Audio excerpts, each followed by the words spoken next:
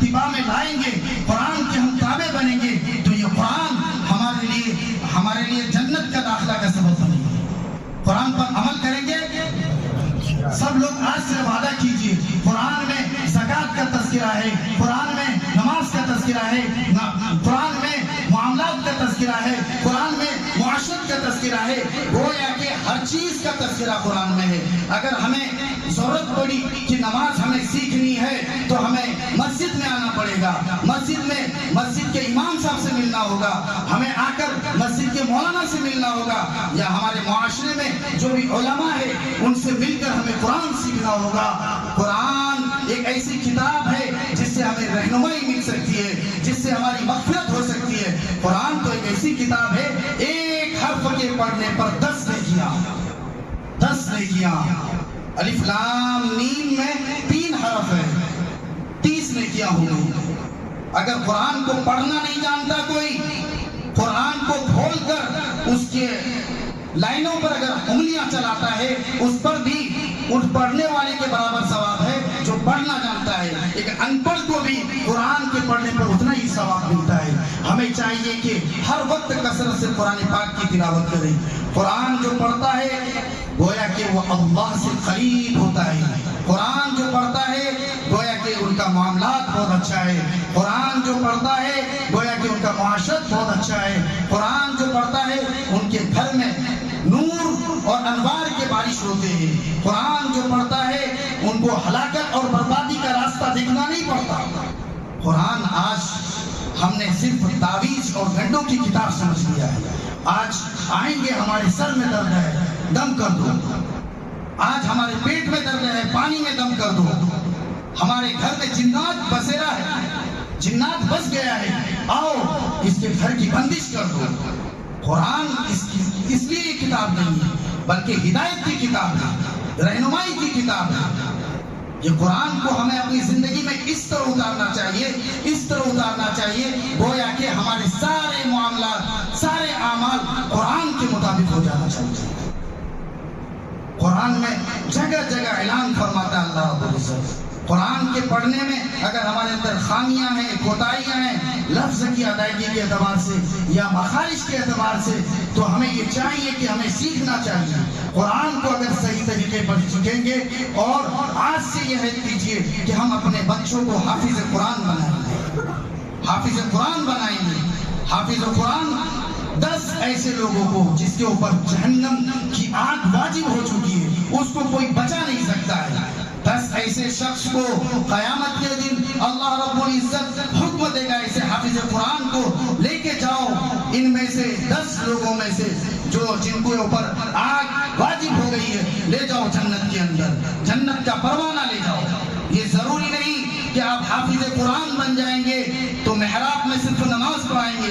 अगर आप हाफिज कुरान बन जाएंगे तो मस्जिद के इमाम बन जाएंगे, ये जरूरी नहीं। हमारे सहाबा किराम बड़े बड़े उलमा थे, बड़े बड़े हुफ़ाज़ थे, मगर उनका मामला कारोबार से जुड़ा हुआ था, उनका मामला मसलों मसाइल का सिखाने से जुड़ा हुआ था।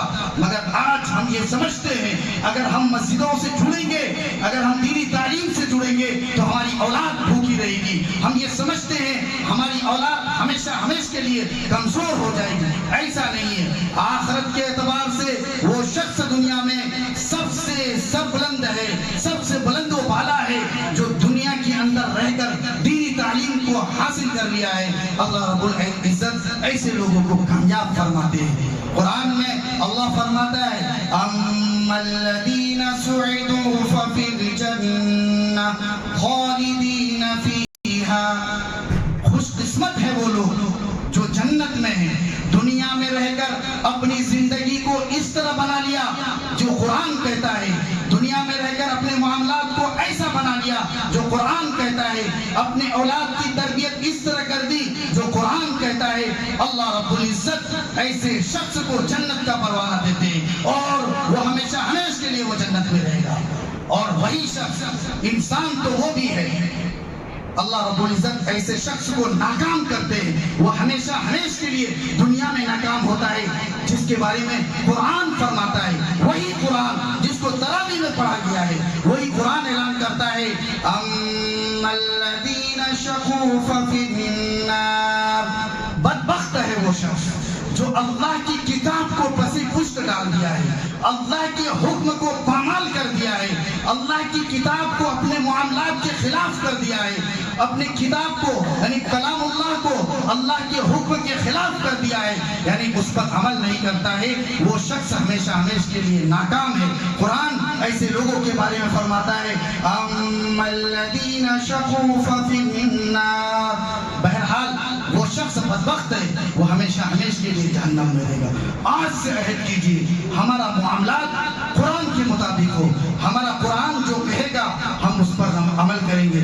قرآن اگر ہمیں نماز کے لیے کہتا ہے تو ہمیں مسجد میں آنا ہے۔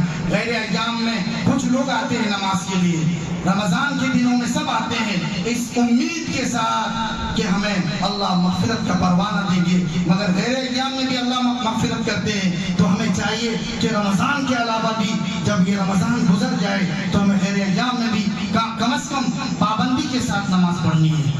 اور اگر آپ نماز پڑھیں گے تو آپ کی جو اولاد ہے آپ کی کاپی کرے گی۔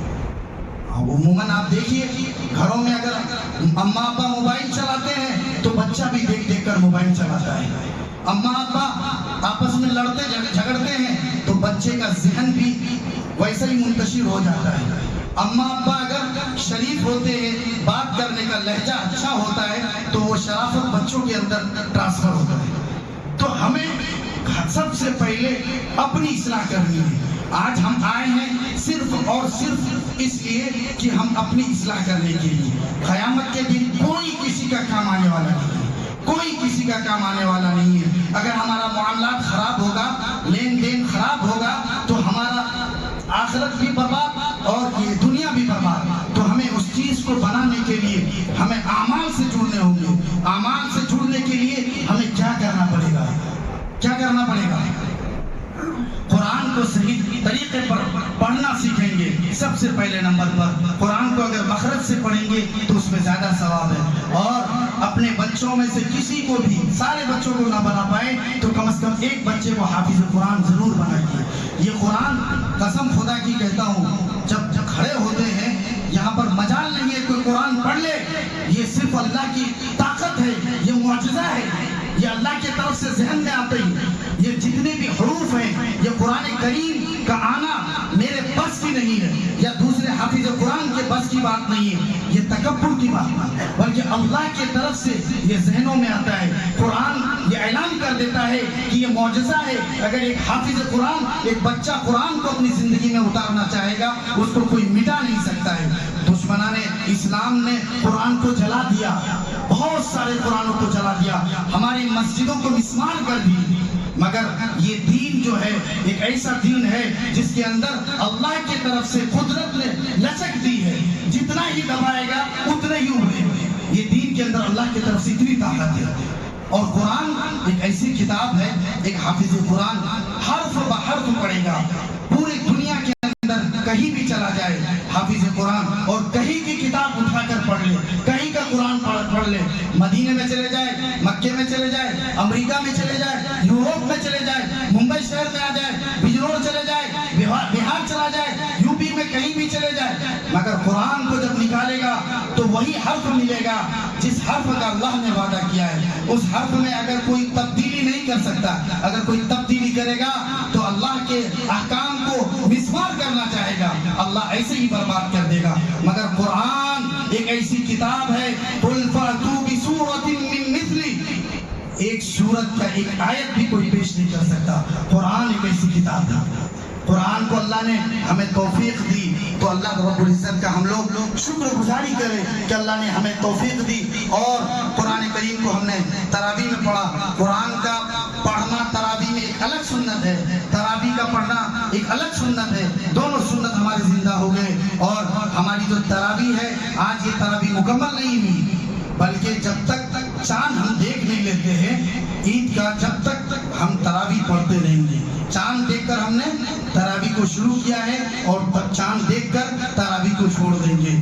اور ہمارا معاملات، ہمارا معاشرت، ہمارا رہن سہن ایسا ہی ہو جائے جیسا ہمارے رمضان میں ہے۔ اور رمضان میں ہم بہت اچھی طرح سے نماز پڑھ رہے ہیں، صلاۃ التسبیح پڑھ رہے ہیں، صلاۃ التوبہ پڑھ رہے ہیں اور صلاۃ التہجد پڑھ رہے ہیں، گویا کہ ہر طرح کی نماز پڑھ رہے ہیں اور اللہ से रो कर गिड़गिड़ा कर खूब दुआएं कर रहे हैं। अल्लाह रब्बुल इज्जत ऐसे लोगों की मग़फ़िरत तो फरमा रहे हैं, मगर दोस्तों याद रखो आखिरत की कामयाबी जब है जब हम इस चीज को गैर एग्जाम में भी उतार लेंगे। करेंगे ना सब साथी? आज से सब साथी ये अहद करें कि पाबंदी से हम नमाज पढ़ेंगे, और मैं उनके लिए तैयार हूँ। अगर हमारे कोई साथी मसाइल सीखना चाहता हो, कुरान सीखना चाहता हो, या कोई भी किताब हो जिसको हमें सिखाने की जरूरत पड़ेगी और आपको सीखने की जरूरत पड़ेगी, मैं उसके लिए तैयार हूँ। और अल्लाह के फजल से हमारे यहाँ से जमातें भी निकलती है और उस जमातों में हमारी इस्लाह भी होती है। कुछ बच्चे ऐसे हैं जो बेराह हो गए। माहौल तो माहौल मुंबई का कितना खतरनाक है वो सबको मालूम है। हमारे घरों के अंदर जब तक बच्चा दीन के सही रास्ते पर नहीं रह सकता, जब तक हम सही रास्ते पर नहीं हो सकते। अगर हम अल्लाह के रास्ते में वक्त लगाएंगे और अल्लाह के लिए इल्म दीन को सीखेंगे तो अल्लाह रब्बुल इज्जत हमारे लिए सारे कामयाबियों का दरवाजा खोल देंगे। बनी इस्राइल में एक शख्स गुजरा है जो 99 लोगों का कत्ल किया था। बुखारी शरीफ में ये रिवायत है कि 99 लोगों का कत्ल करने के बाद अल्लाह की तरफ से उनको तौबा की तौफीक होती है, तौबा की, कि हम तौबा कर लेंगे और फला गांव में जाकर इल्म दीन हासिल करेंगे और अपनी जिंदगी की इस्लाह करना चाहेंगे। और फिर जाते रास्ते में एक राहिब से मुलाकात हो जाती है। राहिब पूछता है तू वही शख्स है जो लोगों का खुलेआम कत्ल करता है? कितने लोगों को कत्ल कर चुका? गालिबन तूने 99 लोगों को कत्ल किया। कहाँ जा रहा है तू? कह रहा मैं फला गांव में जा रहा। बोले इस गांव में तो नेक लोग रहते हैं, इस गांव में तो वो लोग आएंगे जो नेक होंगे, तू तो कातिल है, तुम तो जहन्नम में जाएगा। इतना कहना उसको गुस्सा आ जाता है और उस राहिब को भी कत्ल कर देता है। उन्होंने सोचा 99 का एक शतक लगा देता हूँ। इसलिए कोई भी शख्स गुनाह में अगर मुलव्विस है तो उसको गुनाह याद नहीं दिलाएंगे, बल्कि अल्लाह की नेमतों का और अल्लाह की तरफ से दिए हुए इनामात का इकरार करवाएंगे। ये जो तुम सही सलामत हो, तुम्हें अल्लाह ने इतना अच्छा बनाया है, इतना खूबसूरत बनाया, इतना रहीम शहीम बनाया है, सब अल्लाह की तरफ से। तो वो राहिब उसको कत्ल कर देता है। फिर वो जाता है, आगे जाकर उसकी मौत हो जाती है और जहन्नम और जन्नत दोनों के फरिश्ते आते हैं और कहते हैं मैं जन्नत में ले जाऊंगा। जन्नत के फरिश्ते और जहन्नम के फरिश्ते कहते हैं मैं जहन्नम में ले जाऊंगा। आपस में लड़ाई हो जाती है। फिर अल्लाह के हुक्म से ये ऐलान होता है इनकी पैमाइश की जाए, जिस गांव से चला था उस गांव से ज्यादा करीब है, या जिस गांव की तरफ गया था उस गांव से ज्यादा करीब है। पैमाइश होती है, पता ये चलता है जिस गांव में इल्म दीन हासिल करने के लिए जाता है उस गांव से ज्यादा करीब होता है। अल्लाह रब्बुल इज्जत ऐलान कर देता है कि नेक लोगों के गांव से ज्यादा करीब था। इस बुनियाद पर जन्नत के फरिश्ते ले जाओ जन्नत में इसको। देखिए चंद मिनट के तौबा की वजह से अल्लाह रब्बुल इज्जत ने उनको जन्नत का परवाना दे दिया और जन्नत में दाखिला फरमा दिया। इसलिए तौबा कीजिए। हमारे अंदर क्या कमियां हैं, आपके अंदर क्या कमियां हैं, वो सिर्फ खुदा को मालूम है और हमें मालूम है और हमारे फरिश्तों को मालूम है और किसी को नहीं मालूम। इसलिए अपनी जिंदगी का एक मकसद बना ले। मकसद बनाने का क्या, हमें कामयाब होना है दुनिया में भी और आखिरत में भी। तो अल्लाह रब्बुल इज्जत को हाजिर नाजिर रखते हुए ये समझिए अल्लाह रब्बुल इज्जत हमारे सामने मौजूद है, और अगर हम गुनाह करते हैं तो अल्लाह रब्बुल इज्जत मुझे देख रहा है, और अगर हम नेक काम कर रहे हैं, नेक काम कर रहे हैं तो अल्लाह मुझे देख रहा है। इस एतबार से अगर हम सारे आमाल को बजा लाएंगे तो यकीनन हमारी जिंदगियों में जो कमियां हैं, और रोजाना मुहासबा का एक वो बनाइए, हमने आज कितने नेक आमाल किए और कितने बदआमाली किए। बदआमाली के जिस दिन ज्यादा होंगे तो हमें रात के वक्त में अफसोस होगा और अपने गुनाहों पर हम नादिम और शर्मिंदा होंगे, या अल्लाह हमने गुनाह कर लिया, कल से हम तौबा करते, कल से ये सब गुनाह नहीं करेंगे। तो यकीनन कल आने वाला जो दिन होगा हमारा जो अच्छा गुजरेगा, नेकियों के भरमार हो जाएंगे और बुराइयां हमारी जिंदगियों से कम हो जाएंगे। अल्लाह रब्बुल इज्जत हमें और आपको कहने सुनने से ज्यादा अमल की तौफीक अता फरमाए। व आखिरु दावाना अल्हम्दुलिल्लाहि रब्बिल आलमीन।